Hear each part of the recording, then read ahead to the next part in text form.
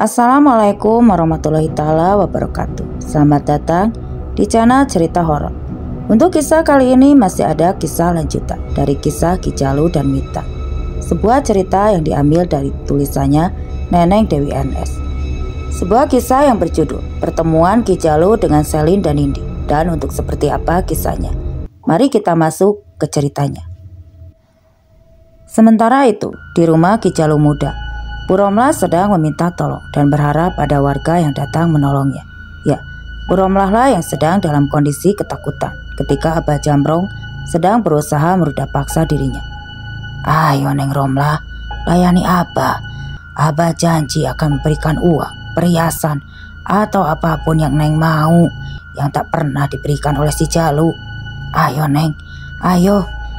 Abah Jamrong kembali mencoba merayu Bu Romlah. Secara ia mulai membuka satu persatu pakaian serba hitam yang dikenakannya. Napas laki-laki bau tanah itu terdengar memburu kencang seiring detak jantungnya yang ikut mengencang. Ketika melihat bagian tubuh Bu Romlah akibat sebagian pakaian yang tersikap, kemulusan tubuh Bu Romlah membuat Abah Jamrong semakin menggila. Nafsu binatangnya. Pergi, pergi. Aku tidak mau menjadi budak nafsu laki-laki bejat seperti kamu. Pergi, bentak Bu Romlah sambil terus menangis dan mencoba membetulkan sebagian pakaian yang tersikap. Dengan tergesa-gesa pada puncaknya, Abah Jamrong malah tetap nekat. Nafsu setan sudah menguasai hati dan juga pikirannya. Laki-laki parubaya yang lebih pantas menjadi orang tua dari Bu Romlah itu dengan beringas menekan tubuh Bu Romlah dengan tubuhnya hingga Bu Romlah kembali dalam posisi terpojok. Ia memaksa hendak mencium Bu Romlah, tapi Bu Romlah di luar dugaan malah kembali meludahi. Wajah lelaki bejat tidak tahu diri itu. Abah Jamrong murka, lalu ia balas menampar pipi kanan Bu Romlah dengan keras. Kurang ajar maneh malah meludahi muka aing. Rasakan ini perempuan sialan, teriak Abah Jamrong yang tersulut emosinya hingga naik ke ubun-ubun. Plak. Suara tamparan itu terdengar cukup keras, terdengar hingga Bu Romlah meringis kesakitan. Namun meski merasa kesakitan, Bu Romlah tetap menatap penuh kebencian pada laki-laki tua yang ada di hadapannya. Dengan punggung tangan, Bu Romlah menghapus luka berdarah yang muncul di ujung bibirnya. Air matanya masih terus bergulir, membasahi kedua belah pipinya, hingga mata indahnya itu terlihat sembab. Pergi, pergi. Kali ini dengan sisa kekuatannya, Bu Romlah mencoba mendorong tubuh Abah Jamrong dengan kedua tangannya. Tapi usahanya gagal.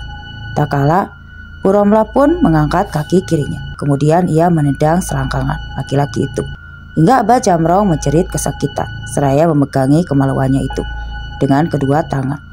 Tanpa membuang kesempatan, Bu Romlah dengan tertatih-tatih mencoba kabur dari sana. Akan tetapi Abah Jamrong yang tidak terima atas perlakuan Bu Romlah menarik paksa rambut Bu Romlah yang panjang itu hingga ia berteriak kesakitan. Tubuhnya yang mulai lemah menjadi hilang keseimbangan hingga akhirnya jatuh terjelebak. Tangis Bu Romlah semakin terdengar keras menyayat hati siapapun yang mendengarnya. Namun Abah Jamrong sama sekali tidak menghiraukannya. Teriakan histeris kesakitan dan juga tangisan Bu Romlah. Laki-laki setengah baya itu sudah terlanjur dikuasai nafsu binatang yang kini menyetubuhi dirinya. Ki Jamrong yang terkenal sebagai dukun yang berhati sadis tidak punya rasa kasihan, malah semakin kencang menjambak rambut milik Bu Romlah. Kali ini Abah Jamrong bahkan memakai kedua tangannya untuk menarik paksa rambut panjang wanita yang sudah tidak berdaya itu, hingga sebagian rambut panjang Bu Romlah tercabut dari kulit kepalanya. Sebagian kulit kepalanya menjadi botak dan di beberapa bagian ada cucuran darah akibat kerasnya jambakan tangan Abah Jamrong. Beberapa helai rambut yang rontok dan tak sengaja tercabut terlihat berserakan di lantai yang masih beralaskan tanah. Rumah sederhana itu, rintihan kesakitan Bu Romlah makin menjadi lagi. Sekujur tubuhnya terasa begitu lemah, tidak lagi bertenaga. Kedua matanya juga terlihat mulai bengkak dan sebab akibat dari tadi tidak henti-hentinya menangis. Bahkan Bu Romlah berharap lebih baik Tuhan mencabut nyawanya saja, karena ia sudah tidak sanggup menahan rasa sakit yang kini dideranya. Mampus, mampus maneh perempuan keparat, teriak Abah Jamrong dengan mata yang melotot. Dan kali ini, kedua matanya berubah menjadi merah menyala. Biasanya itu adalah pertanda jin Parawangan yang ada di dalam tubuhnya sudah mulai menunjukkan eksistensinya. Jadi jin Parawangan itulah yang sekarang mengendalikan tubuh dan menguasai pikiran Ki Jamrong sepenuhnya. Tidak puas sampai di situ, si Aba Jamrong yang masih tersulut emosi karena sudah 2 kali diludahi oleh Puromlah. Lalu gigi-giginya terdengar gemeretak, tiba-tiba menginjak perut wanita yang sudah tidak berdaya itu, bergantian dengan kedua kaki Puromlah. Puromlah hanya diam, tidak punya lagi tenaga untuk melawan. Bahkan sekedar berbicara pun, dia sudah tidak sanggup membuka mulutnya. Saking beruntunnya rasa sakit yang bertubi-tubi ia rasakan saat itu. Hanya air mata yang tidak henti-hentinya mengalir dari kedua belah pipi Puromlah. Bahkan sepertinya air matanya pun sudah mulai mengering. Tidak lama kemudian tiba-tiba saja darah segar secara perlahan merembas dari pangkal paha wanita yang sedang hamil 2 minggu itu. Janinku, janinku ya Allah, tolong selamatkan janinku, ratap Puromlah dalam hati. Naluri keibuannya seperti tertusuk ribuan belati saat menyadari ada cairan hangat berbentuk gumpalan tiba-tiba perlahan keluar dari selangkangannya. Ya, itu adalah janin dari Puromlah, janin yang berusia lebih kurang 2 minggu yang masih berbentuk gumpalan darah. Puromlah kini jadi keguguran gara-gara perutnya diinjak oleh Abah Jamrong. Namun Abah Jamrong yang hatinya sudah dikuasai nafsu iblis tanpa ampun, malah menyeret paksa tubuh lemahnya ke dalam kamar. Dan tanpa rasa perikemanusiaan, apalagi rasa jijik melihat tubuh bagian bawah Puromlah yang masih berlumuran darah akibat barusan keguguran. Laki-laki setengah parubaya itu ruda paksa Puromlah yang sedang dalam posisi sekarat itu dengan sangat beringas. Tepat setelah Abah Jamrong akhirnya menuntaskan nafsu bejatnya itu, Puromlah pun benar-benar terkulai lemas, tidak berdaya. Lalu kemudian menghembuskan napas terakhirnya. Ya, wanita malang itu harus tewas secara mengenaskan dengan air mata yang masih berlinang di pipinya, dengan noda darah yang mulai mengering menempel di bagian pangkal pahanya yang lebih menyebalkan saat tahu Puromlah sudah tidak bernyawa lagi. Abah Jamrong malah bersikap biasa-biasa saja, seakan-akan tidak terjadi apa-apa. Selesai menyalurkan nafsu binatangnya, Abah Jamrong kembali mengenakan pakaian yang serba hitam yang biasa ia pakai. Lalu pergi begitu saja, meninggalkan jasad Puromlah. Nah, itulah akibatnya kalau Maneh sebagai perempuan sejual mahal kepada Abah Jamrong. Coba, kalau tadi Maneh mau sukarela melayani aing di atas ranjang, pasti Maneh bisa tetap hidup, sungut Abah Jamrong seraya menendang kaki kanan Puromlah yang sudah terkulai ke bawah. Tubuh Puromlah yang kini tanpa busana dibiarkan begitu saja oleh Abah Jamrong. Sementara itu Ki Jalu muda yang baru saja pulang dari musola merasa heran kenapa pintu rumahnya dalam keadaan terbuka. Padahal sama ini setahu Ki Jalu muda kalau ia sedang berada di rumah, baik pergi ke musola ataupun pergi ke kebun untuk bekerja. Puromlah lah yang hanya seorang diri berada di rumah pasti akan selalu mengunci pintu rumah, karena memang Ki Jalu berpesan kepada Puromlah agar jangan pernah keluar saat ia tidak berada di rumah, kecuali kalau ada keperluan yang mendesak. Akang tidak mau ibu jadi bahan gunjingan tetangga. Sebaik-baiknya seorang istri adalah yang tinggal di rumah untuk menghindari fitnah. Begitulah nasihat Ki Jalu muda pada Puromlah kala itu. Sebagai seorang istri yang patuh pada suaminya, Puromlah pun tidak berani melanggar perintah dari Ki Jalu. Puromlah lebih suka tinggal di rumah sambil membuat sapu lidi dari pelepah daun kelapa yang sudah agak tua. Nanti sapu lidinya setelah banyak Puromlah maka akan menjualnya ke pasar. Pada saat itu, perasaan Ki Jalu muda langsung tidak enak kala melihat ada ceceran darah dan gumpalan darah sebesar kepalan tangan di depan pintu kamarnya. Ia pun langsung memanggil-manggil sang istri. Neng, akang pulang Neng, teriak Ki Jalu muda sambil langsung masuk ke kamar. Hati Ki Jalu muda langsung hancur berantakan. Persendian tulangnya seperti hendak bertangkalan satu demi satu saat melihat kondisi sang istri tercinta yang sudah tewas secara mengenaskan dengan tubuh tanpa busana. Neng, kenapa Neng? Kenapa Neng tega ninggalin bapak? Teriak Ki Jalu muda histeris seraya memeluk tubuh istrinya yang kini sudah terbujur kaku. Sampai akhirnya Ki Jalu Muda menemukan sebuah watu akik berwarna hitam berada di tanah lantai rumahnya. Sepertinya itu adalah milik si pelaku yang sudah tega meruda paksa istrinya dan membuat istrinya beserta janinnya terbunuh. Ki Jalu Muda memperhatikan dengan seksama batu akik tersebut, dan tiba-tiba ia seperti teringat akan suatu batu akik pancawarna ini. Kenapa mirip sama yang dipakai oleh Ki Jambrong, dukun santet dari desa sebelah? Apa jangan-jangan dia pelakunya? Gumam Ki Jalu Muda. Setelah jasad Bu Romlah dikebumikan, Ki Jalu Muda sempat bertanya kepada beberapa orang warga tentang pemilik batu akik pancawarna khas Garut tersebut. Semua orang yang ditanya kompak memberikan jawaban yang sama. Kalau batu akik itu adalah milik Abah Jambrong sesuai dengan prediksi Ki Jalu Muda. Kurang ajar, dasar dukun keparat. Aku bersumpah akan membuat perhitungan denganmu, Jambrong. Tekad Ki Jalu Muda seraya meremas tanah basah tempat beristirahat terakhir sang istri untuk selama-lamanya itu. Ki Jalu Muda yang tahu kalau dia dengan kondisinya yang sekarang hanya akan mati konyol jika dia menentang Abah Jambrong sekarang. Akhirnya untuk keluar dari kampungnya, Ki Jalu Muda mulai berkelana mencari guru yang bisa mengajarkannya ilmu kebatinan dan juga ilmu kanuragan. Bahkan Ki Jalu Muda sudah terlanjur dibutakan oleh dendam. Perlahan mulai meninggalkan Tuhannya yang dulu ia selalu sembah. Rajin sholat, mengaji, berpuasa, bahkan suka menjadi muadzin di setiap waktu sholat. Kini benar-benar telah berubah. Ki Jalu Muda sepertinya merasa kecewa pada Tuhannya atas cobaan yang teramat berat untuk ia pikul seorang diri.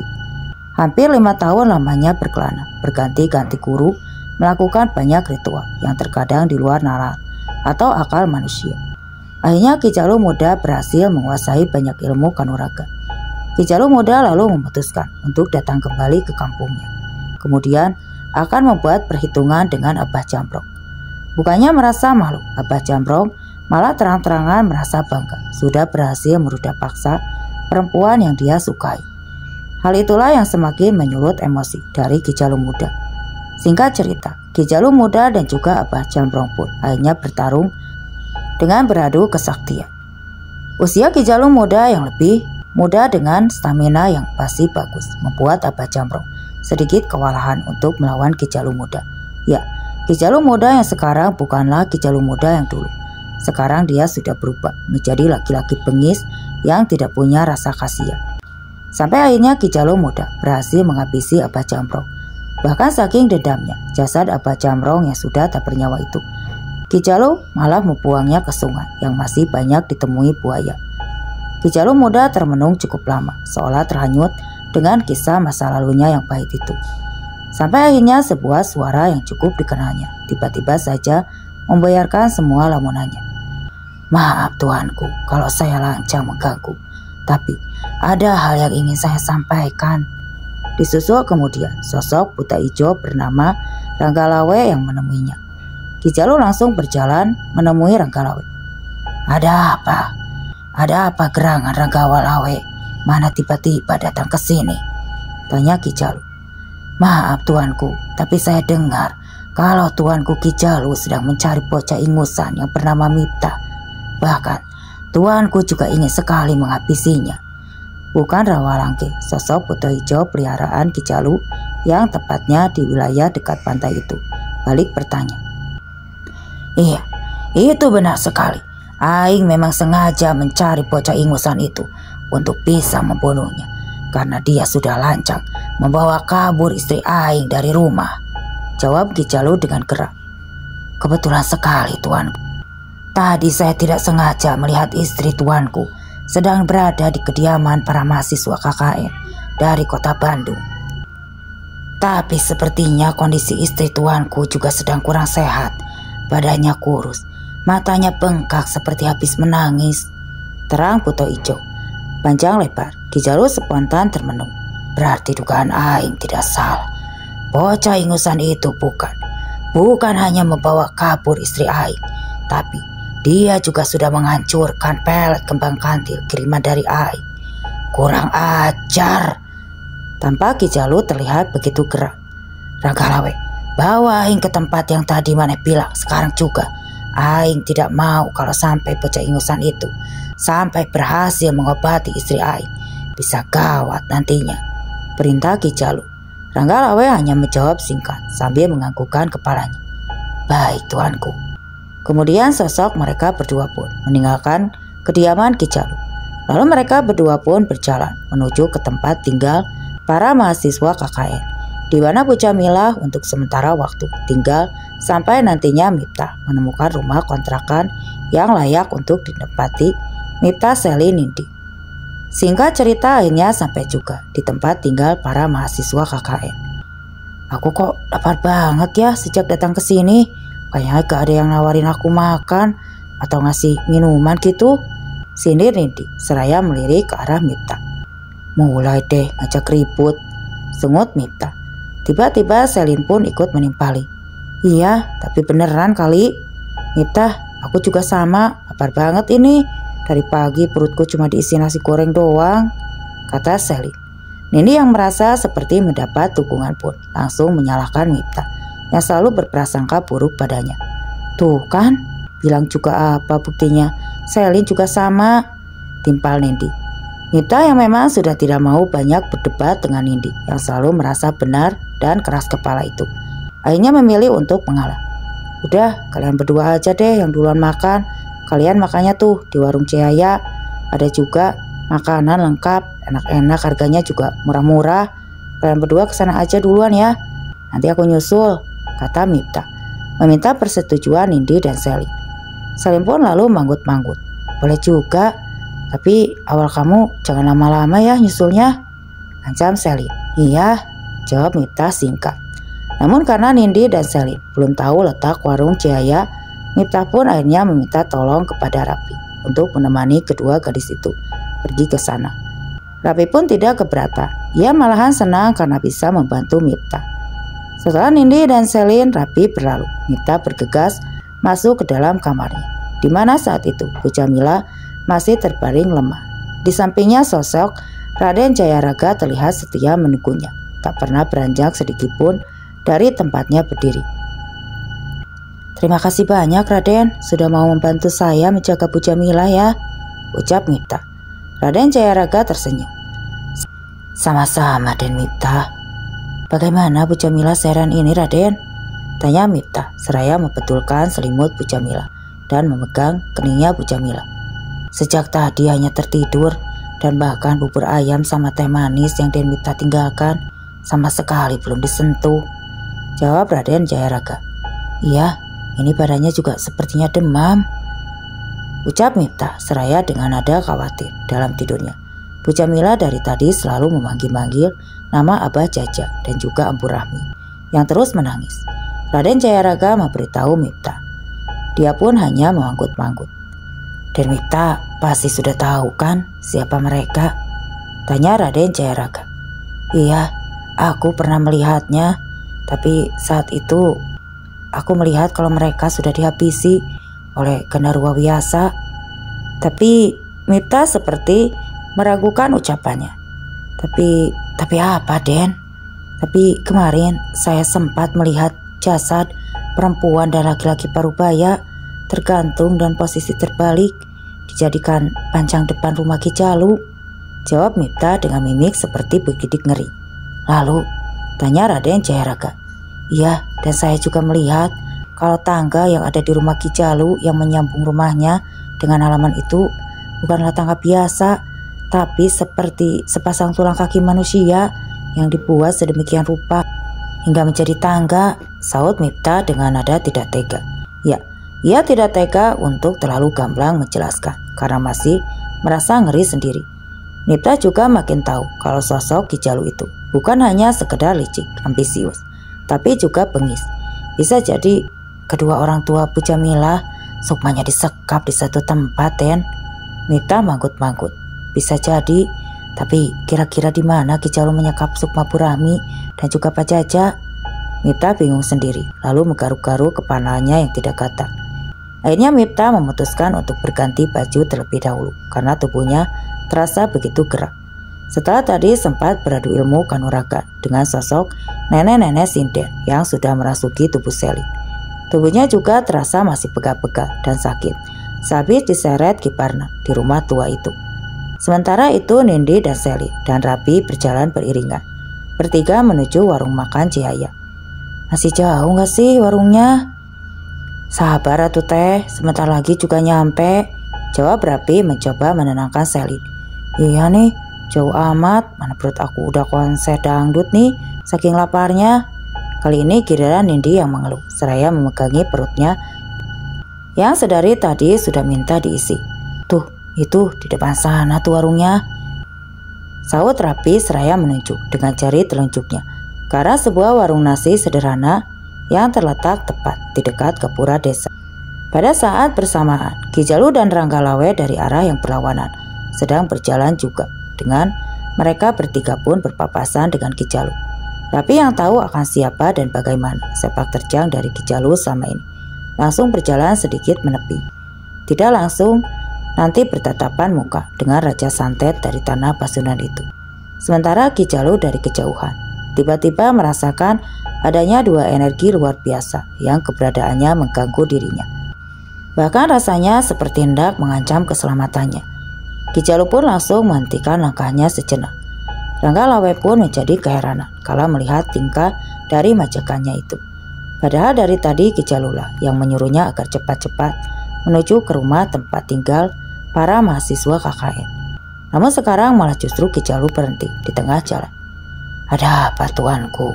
Kenapa tuanku tiba-tiba berhenti? Tanya Ranggalawe dengan sopan. Ki Jalu langsung menjawab, melainkan menatap lurus ke arah depan, di mana dari jarak 100 meter dia melihat ada 3 orang yang sedang berjalan berlawanan dengan arahnya. Dan Ki Jalu pun spontan kaget kala melihat ada 2 cahaya samar berwarna merah dan hijau menyelubungi tubuh 2 gadis yang berjalan di samping Rapi. Siapa kedua gadis itu? Rasanya baru kali ini aing melihat keberadaan mereka. Bila dilihat dari 2 cahaya samar berbeda warna yang menyelubungi tubuh mereka, aing yakin kedua gadis itu bukanlah gadis sembarangan, tapi orang yang memiliki kanuragan dan ilmu-ilmu lainnya yang tidak bisa dimiliki kebanyakan orang, kata Ki Jalu dalam hati. Tidak mau hanya menebak-nebak. Akhirnya Ki Jalu bertanya pada sosok Ranggalawe. Apa maneh mengenal 2 gadis yang sedang berjalan berlawanan arah dengan kita itu? Tanya Ki Jalu seraya menunjuk ke arah Nindi dan Selin dengan jari telunjuk kirinya. Ranggalawe pun mengarahkan pandangannya ke arah yang sudah ditunjuk oleh sang majikan. Oh, gadis itu tuanku. Mereka adalah sepupu dan teman dari Mipta, sosok yang sedang tuanku cari-cari. Mereka baru saja datang tadi pagi ke desa ini, kata Ranggalawe mencoba menerangkan sedetil mungkin tentang informasi yang tadi ia dengar. Ada keperluan apa kedua gadis yang punya ilmu kanuragan cukup tinggi itu datang ke desa ini? Rasanya tidak mungkin kalau mereka hanya sekedar menemani si bocah ingusan itu. Aing yakin kedatangan mereka berdua pasti ada maksud tertentu, gumam Ki Jalu dalam hatinya. Hal yang sama juga dirasakan oleh Nindi dan Selin. Entah kenapa mereka berdua tiba-tiba saja merasakan udara yang tadinya sejuk malah berubah menjadi sedikit panas, dan rasa panas yang mereka rasakan bukanlah makin berkurang, malah semakin bertambah semakin dekat ke arah Ki Jalu. Dari rombongan mereka bertiga, maka hawa panas itu juga semakin terasa begitu dekat. Hingga Nindi dan Selin terlihat kegerahan lalu mengipas-ngipasi tubuh mereka dengan kipas angin mini yang mereka bawa di dalam tas. Perasaan tadi cuacanya adem dan sejuk deh. Kenapa sekarang berubah jadi panas gini ih? Nindi, kalau Selin seraya mendekatkan kipas angin mini itu ke wajahnya. Iya ya, padahal tadi kita nggak ngerasain apa-apa ya, jawab Nindi keheranan.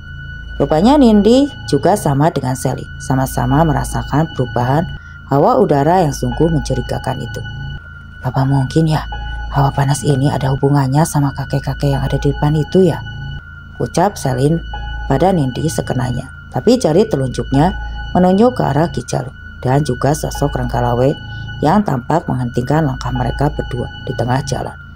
Maksud kamu kakek-kakek yang pakaian serba hitam itu ya? Iya. sahut Nindi singkat. Rapi yang sedari tadi tidak mau hanya dijadikan kambing congeput. Tanpa ditanya langsung menjawab dengan suara yang dipelankan. Suaranya itu Ki Jalu namanya. Teteh, dia itu dukun santet paling sakti yang ada di sini. Makanya kita harus hati-hati sama dia. Terus dia itu suaminya Bu Jamilah, bisik Rapi kepada Selin dan Nindi. Ya, Rapi sama dengan penduduk lainnya yang begitu takut dengan sosok Ki Jalu. Itulah sebabnya Rapi berbicara setengah berbisik agar jangan sampai terdengar oleh Ki Jalu. Akan tetapi setelah Rapi menyampaikan hal itu, mendadak kepala Selin dan Nindi merasa begitu berat, seolah seperti ditindih sebuah batu besar. Disusul dengan keluarnya darah dari telinga dan juga hidung mereka. Kali ini Nindi yang baru pertama kali mengalami mimisan, spontan mengambil tisu dari dalam tasnya. Kemudian Nindi pun juga menyerahkan tisu tersebut ke arah Selin, karena Nindi juga melihat Selin hidung dan telinganya juga mengucurkan darah. Nindi mulai panik karena Selin tiba-tiba hendak jatuh pingsan. Untungnya masih sempat bisa ditahan oleh Rapi dan Nindi hingga tubuh jangkung Selin tidak sampai pingsan dan jatuh ke tanah. Duh, Teh Selin ini kenapa ya Teh? Kok tiba-tiba aja pingsan gini? Mana telinga dan hidungnya juga berdarah? Tanya Rapi yang mulai dilanda kekhawatiran. Gak tahu tuh, sama sih, aku juga pusing dan mimisan parah ini, ucap Nindi dengan tiba-tiba saja. Selin mengeluhkan kepalanya terasa sakit sekali, seolah seperti dipukul oleh puluhan palu. Disusul Nindi yang hendak merasakan hal yang sama secara berbarengan. Kepala aku kenapa? Tiba-tiba pusing gini ya? Keluh Selin seraya mencoba memijat-mijat pelan kepalanya. Sama, aku juga Sel. Tahu kenapa ya? Kata Nindi yang juga ikut memijat-mijat kepalanya. Sampai pada akhirnya suara perempuan yang sangat dikenal Nindi tiba-tiba saja terdengar. Kamu dan Selin sedang mengalami benturan energi yang bertentangan dengan energi kalian berdua yang sedang mendekati kalian, kata Nyimas Ayu yang tahu-tahu sudah muncul di belakang Nindi. Pantesan, jangan-jangan beneran berasal dari kakek-kakek yang kelihatan pecut itu ya? Iya, kata Nyimas Ayu pun di sini membenarkan. Betul sekali. Makanya kamu harus berhati-hati.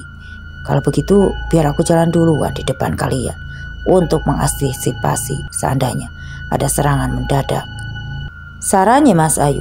Lalu tanpa menunggu jawaban lagi dari persetujuan keduanya, tiba-tiba sosok Nyai Nyimas Ayu sudah berjalan di depan mereka bertiga. Namun Rapi yang memang hanya orang biasa sama sekali tidak bisa melihat keberadaan dari sosok Nyai Nyimas Ayu. Rapi hanya menjadikan sedikit heran kalau melihat Nindi yang sedari tadi sepertinya sedang berbincang-bincang dengan seseorang yang tidak ada wujudnya. Teh Nindi kenapa ya? Kok dari tadi kayak lagi ngobrol sama orang, tapi wujudnya gak ada? Batin Rapi dalam hatinya. Ya, Rapi tidak berani untuk menanyakan langsung hal itu karena ia takut nantinya disemprot Nindi yang menurutnya sangat galak. Sementara itu Ki Jalu kini kaget ketika ia melihat ada sosok perempuan cantik berusia 30 tahunan dengan memakai pakaian adat khas Bali. Tahu-tahu sudah berjalan di depan ketiga orang yang hendak berpapasan dengannya. Siapa sosok gadis yang berpakaian seperti gadis Bali itu? Sepertinya dia juga bukan sosok sembarangan. Aing bisa merasakan gelombang kekuatan yang cukup besar. Aing harus waspada, gumam Ki Jalu dalam hatinya. Dan tepat ketika akhirnya rombongan dari Ki Jalu dan Nindi dan kawan-kawan berpapasan, saat itulah Nyimas Ayu tiba-tiba mengembangkan kedua tangannya seolah seperti gerakan orang sedang melakukan pemanasan sebelum olahraga. Disusul kemunculan selubung berwarna putih seperti sarang laba-laba yang membungkus Nindi dan Selin itu. Juga rapi secara gaib, juga tanpa banyak bicara. Nyai Nyimas Ayu mendadak menghentak-hentakan kaki secara bergantian ke tanah dengan mulut berkumat kamit, seperti sedang membacakan sesuatu.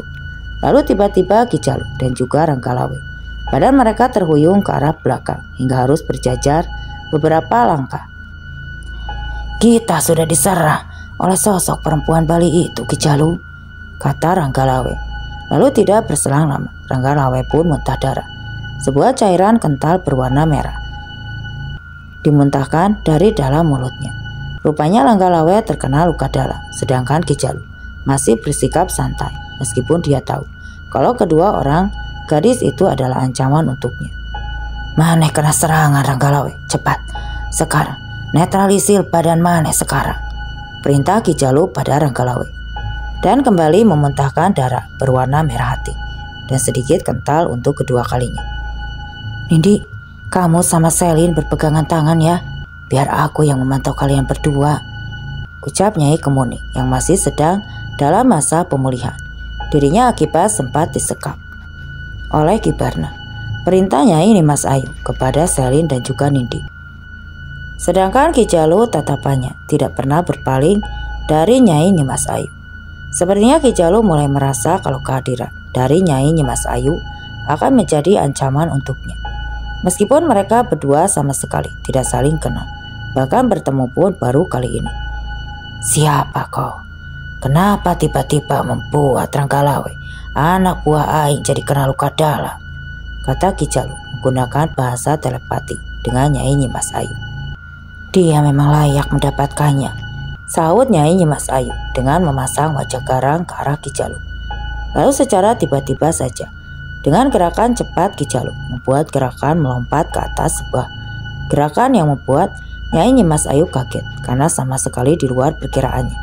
Kemudian Ki Jalu menendang punggung Nyai Nimas Ayu dengan kencang dengan kaki kanannya. Namun anehnya, gagalnya tendangan itu seolah seperti menembus angin. Ki Jalu yang merasa kesal karena serangannya kepada Nyai Nimas Ayu gagal. Kali ini tidak mau gagal untuk kedua kalinya. Ki Jalu membuat gerakan seperti kakinya memutar-mutar sejenak secara zigzag. Kemudian kembali menendang punggung Nyai Nimas Ayu hingga sosok menjaga Nindi itu pun dalam waktu singkat jatuh tersungkur. "Nyai!" bekik Nindi yang langsung mencoba mendekati tubuhnya ini. Nyai Nimas Ayu akan tetapi sebuah tangan tiba-tiba saja mencengkal lehernya dari arah belakang. Dan cerita pun selesai. Oke teman-teman, itulah kisah dari Ki Jalu dan juga Miftah. Nantikan kelanjutan kisahnya. Saya pamit undur diri. Wassalam.